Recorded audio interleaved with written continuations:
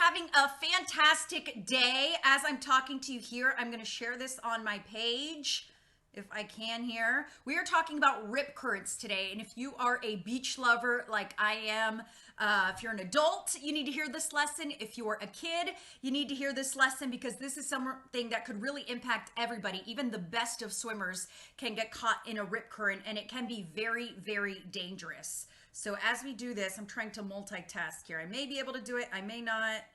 Bear with me here because I'm trying to just share this as we go. Share. I'm just going to write post. Sorry. I'm so sorry. Okay.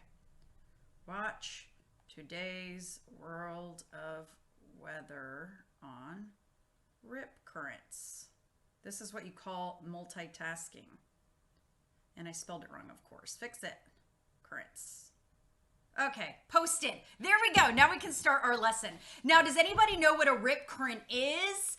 Or have you ever been stuck in a rip current when you're out in the ocean? I think we've all felt the pull. You've at least felt that when you're in the ocean, sometimes you're right in front of your mom and dad, or you're right in front of your stuff or your umbrella, and you kind of get distracted, and then you look on shore and you can't find your stuff anymore because you realize you've moved along the beach. Rip current's very similar. It has to do with a powerful, narrow channel of fast moving water. And the problem is these rip currents can be very dangerous because you can actually get caught inside the rip current and it can pull you out in the ocean. And a lot of people don't know how to safely get out of a rip current. So we're going to talk about what to do if you get stuck in a rip current. We're going to talk about what a rip current is and what you should do if for some reason you do get stuck in it. I'm also going to give you some keys onto what to look for. You can actually, with your eyes, see a rip current when you look out in the ocean. So this will be a good lesson, especially for moms and dads. You can look for what you're looking for, what kind of things contribute to the rip currents, and what it looks like with your eyes. We have some pictures of that. So today's world of weather is on rip currents. As always, I have you right here. So if you have any questions, just let me know. I'm happy to answer any questions you may have. So we are going to start today's lesson. I am going to flip this camera around. And today's lesson, again, is on rip currents. Let me scoot you back here so you can see it. I have my phone plugged in because I'm losing battery power. So there we go.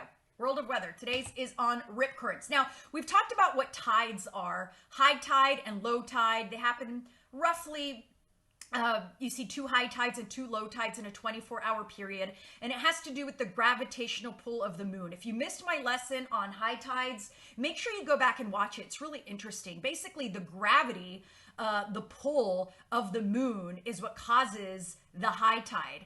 And then on the opposite side of the globe is also high tide, and that's because the lack of gravity. Then low tide, as you can see, is on those areas that are diagonal from the moon. So not right in front of the moon and not right behind the moon, but those areas on the edge of the globe there, that is when we see low tide. It does happen at different times during the day. And again, it is because of the gravitational pull of the moon. That is a very quick lesson on the tide.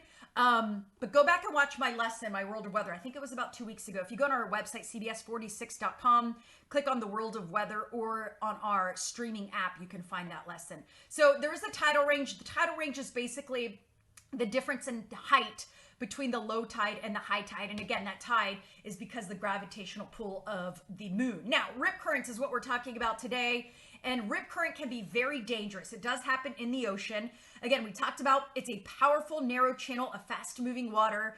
Usually moves about 1 to 2 feet per second, but it can move as fast as 8 feet per second, which is faster than even an Olympic swimmer. So if you get caught in a very strong rip current, it can be very, very dangerous, even for the best of swimmers. So don't think if you're a good swimmer that you will not be affected.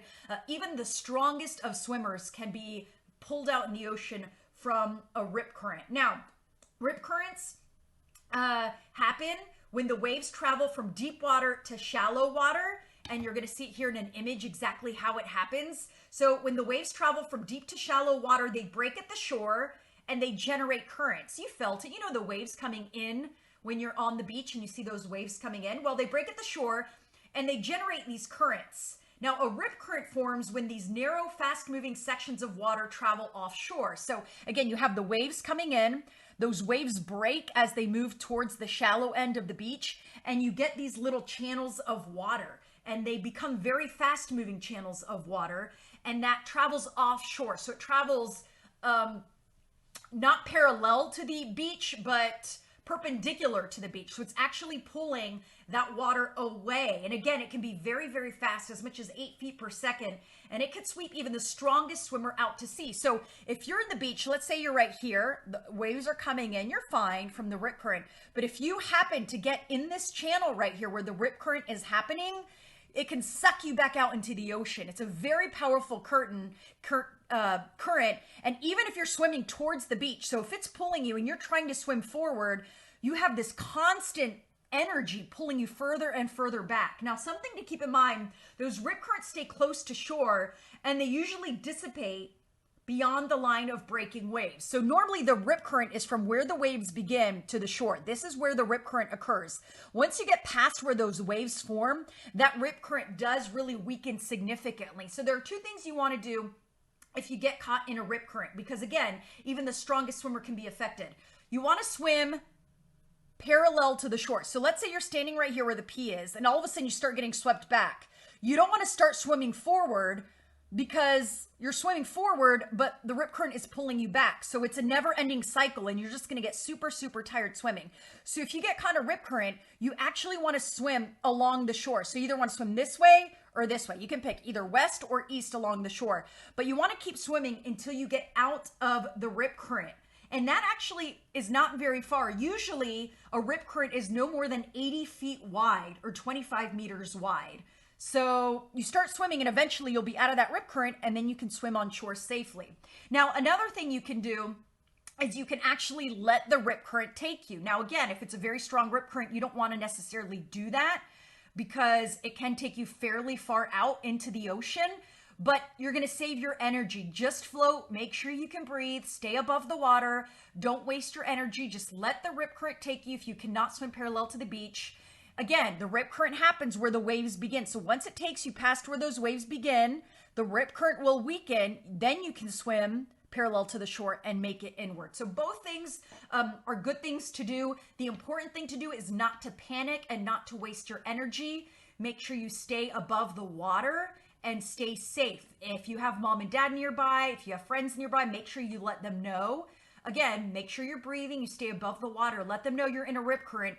And again, a rip current is only about 80 feet wide, so it's not along the entire beach. You just want to swim parallel to the beach until you get out of that rip current, and then you want to get to shore. So again, this is what to do if you're in a rip current. Don't fight the current. Don't try to swim towards the shore inside the rip current. It's very, very tiring. You're going to get exhausted, and the rip current is not going to let up. So it's not going to stop anytime soon. That's why you want to swim parallel to the shore to get away from the rip current, and then you can swim on shore. If you can't escape, that was the other option.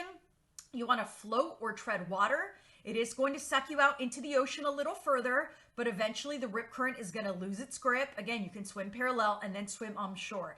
You do want to ask for assistance. You want to wave your hands up in the air, get someone's attention, let them know you are in a rip current. Now, we talked about what does a rip current look like, and we talked about what it is. This is what a rip current looks like. Now, keep in mind, rip currents form in low spots or where there's a break in the sandbar.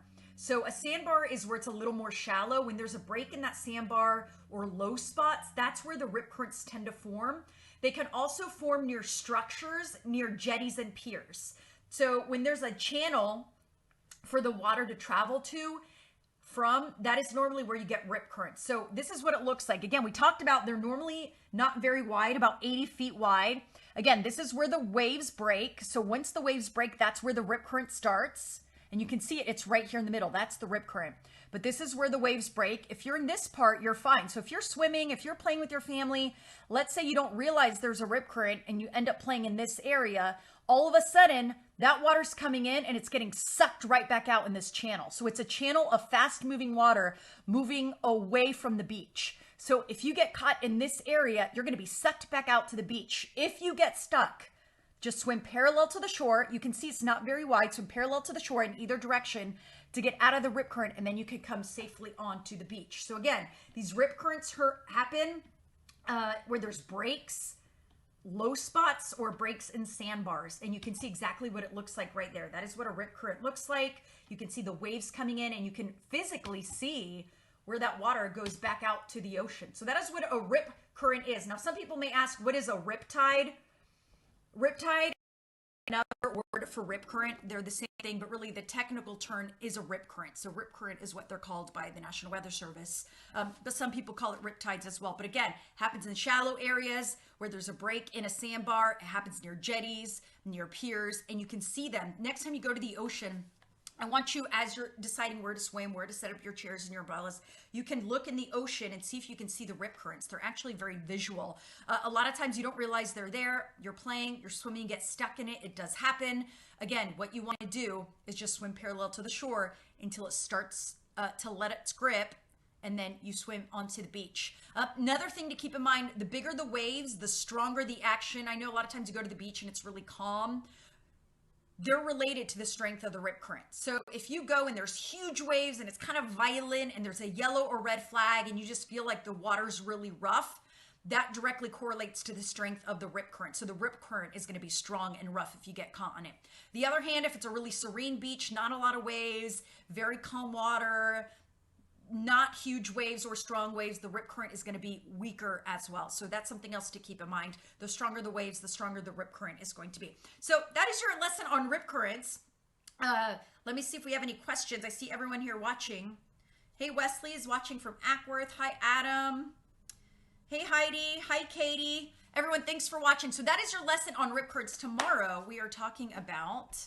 Let's see what tomorrow's lesson is. Tomorrow we're talking about weather instruments. So we're going to talk about different weather instruments, what they do, and then we're actually on Friday going to make our own weather instruments at home. So we're going to do some crafts on Friday. We'll see if I can get my kids involved in that one.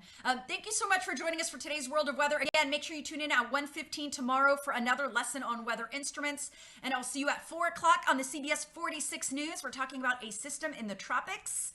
Right now has a 70% chance of development as we head towards the weekend. So lots to talk about. On top of that, upper 80s this weekend. It's going to get really hot. I'll see you starting at 4 o'clock this afternoon. Then tomorrow at 1:15 here on Facebook and our streaming